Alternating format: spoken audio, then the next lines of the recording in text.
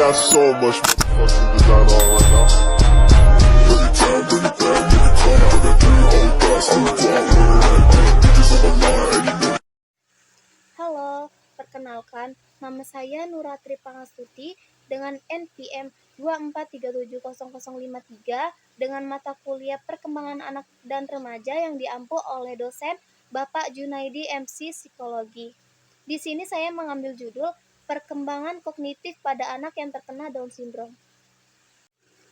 Baiklah, agar tidak berlama-lama, marilah kita mulai ke pembahasan.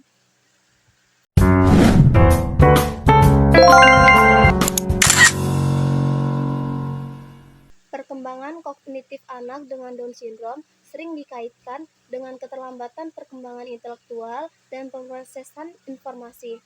Beberapa tokoh telah memberikan pandangan yang jelas dan lengkap terkait ini. Yang pertama, ada pendapat dari tokoh bernama Jean Piaget, yaitu teori perkembangan kognitif. Jean Piaget ini beliau mengemukakan 4 teori. Yang pertama, ada teori sensori motor, itu mulai dari usia 0 sampai 2 tahun. Yang kedua, ada praoperasional yang bermula dari usia 2 sampai 7 tahun. Yang ketiga, ada operasional konkret yang bermula dari 7 sampai 11 tahun. Dan yang terakhir, ada operasional formal mulai dari 12 tahun ke atas. Yang kedua, ada pendapat dari tokoh bernama Lev Vygotsky, yakni teori sosial kultural. Menurut beliau, perkembangan kognitif anak ini dipengaruhi oleh interaksi sosial dan lingkungan belajar. Konsep kunci dari Vygotsky yang relevan dengan anak Down syndrome adalah zona perkembangan proksimal, yakni anak dengan Down syndrome bisa mencapai perkembangan kognitif lebih jika didukung oleh scaffolding atau bantuan bertahap dari orang dewasa atau teman sebayanya seperti orang tua atau saudara-saudaranya mungkin. Lalu ada juga teori yang dikemukakan oleh tokoh bernama Erik Erikson, yakni teori psikososial. Meskipun fokus Erikson adalah perkembangan psikososial, ia juga menekankan bahwa perkembangan kognitif dan emosional saling terkait. Anak dengan Down syndrome yakni seringkali menunjukkan perkembangan sosial emosional yang lebih kuat dibanding kemampuan intelektualnya. Terus juga ada perasaan aman dan penerimaan dari lingkungan akan mendukung motivasi belajar dan perkembangan kognitif mereka. Terus juga ada dari tokoh yang bernama Maria Montessori, yakni metode Montessori. Beliau ini percaya bahwa anak belajar melalui pengalaman langsung dan lingkungan yang terstruktur. Prinsip ini sangat relevan bagi anak dengan Down syndrome.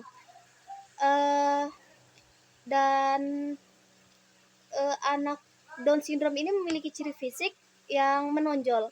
Yang pertama ini ada bentuk wajah. Bentuk wajah mereka itu memiliki bentuk wajah yang khas, seperti bentuk wajahnya bulat dengan mata yang cenderung sipit atau agak miring ke atas.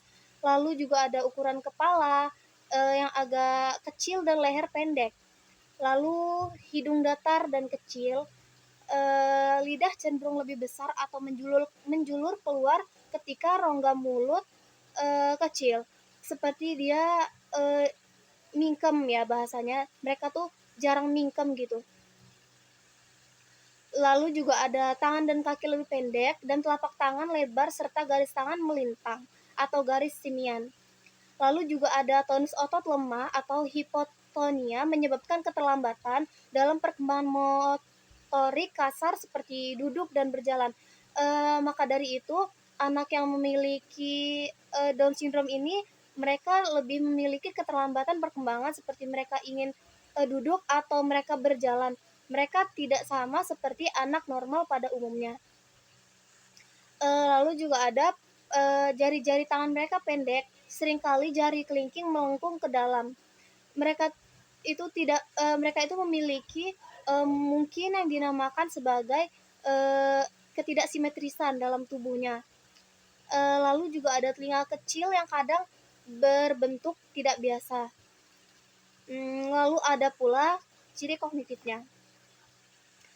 Ciri kognitifnya antara lain seperti keterlambatan perkembangan intelektual, biasanya mereka yang memiliki Down syndrome ini memiliki IQ yang mungkin lebih rendah daripada orang-orang seumuran atau orang-orang normal. Lalu ada juga kesulitan dalam mempelajari konsep abstrak seperti mempelajari matematika atau bahasa, terutama bahasa Inggris. Apalagi bahasa Inggris, bahasa Indonesia aja mungkin mereka tuh agak lambat menyerapnya, nggak seperti orang-orang normal pada umumnya. Lalu ada juga keterlambatan bicara. Biasanya anak Down syndrome ini cenderung mengalami keterbatasan dalam mengungkapkan dan memahami bahasa. Seperti mereka tuh butuh pembelajaran yang lebih ekstra atau lebih lama daripada anak-anak berusia sebaya namun yang normal. Lalu juga ada kesulitan konsentrasi dan mempertahankan perhatian dalam waktu lama. Jadi anak Down syndrome ini mereka tidak bisa berfokus pada satu perhatian saja. Dia gampang terpengaruh oleh fokus-fokus yang lain yang mungkin mengecoh matanya agar melihat dan seperti itu lainnya. Lalu ada juga lambat dalam pemecahan masalah atau pemrosesan informasi.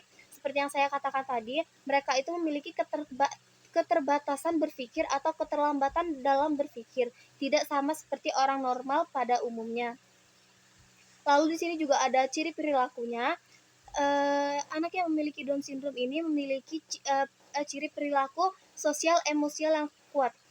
Biasanya anak Down syndrome ini cenderung lebih ramah, penuh kasih sayang, dan mudah berinteraksi dengan orang lain.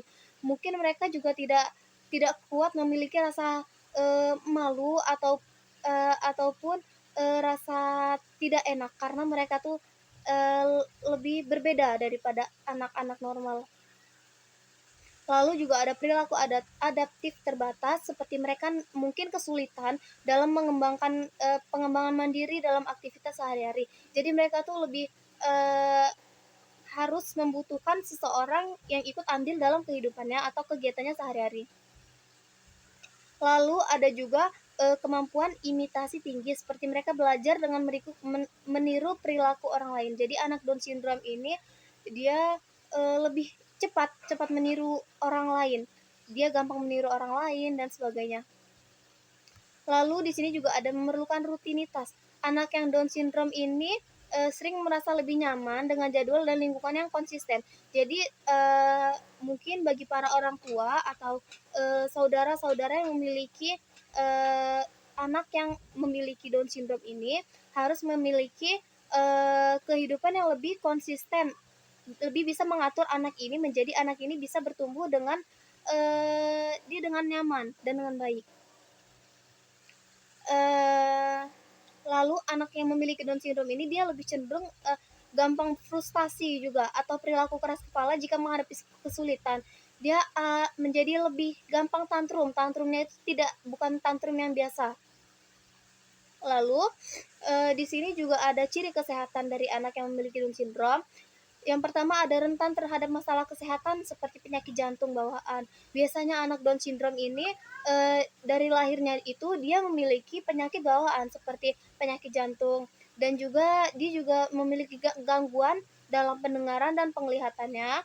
Lalu dia juga ada gangguan pencernaan seperti penyakit celiak atau sembelit kronis. Lalu juga ada gangguan pernafasan atau infeksi saluran pernafasan, misalnya sering mengalami pilek, flu yang berkepanjangan. Lalu dan juga yang terakhir dia dapat lebih tinggi terkena penyakit leukemia dengan anak normal seusianya. Dan di sini dapat diambil kesimpulan, meskipun anak dengan Down syndrome memiliki beberapa tantangan dalam aspek fisik, kognitif, dan kesehatan, mereka juga memiliki potensi untuk berkembang yang jika diberikan dukungan yang tepat seperti terapi fisik, terapi bicara, pendidikan inklusif, dan lingkungan yang positif, mungkin mereka ini bisa mengikuti atau bisa bertumbuh secara sehat dan normal seperti anak-anak seusianya. Mungkin cukup sekian materi yang dapat saya sampaikan. Kurang lebihnya saya mohon maaf, kepada Allah saya mohon ampun. Saya akhiri. Wassalamualaikum warahmatullahi wabarakatuh. Bye-bye.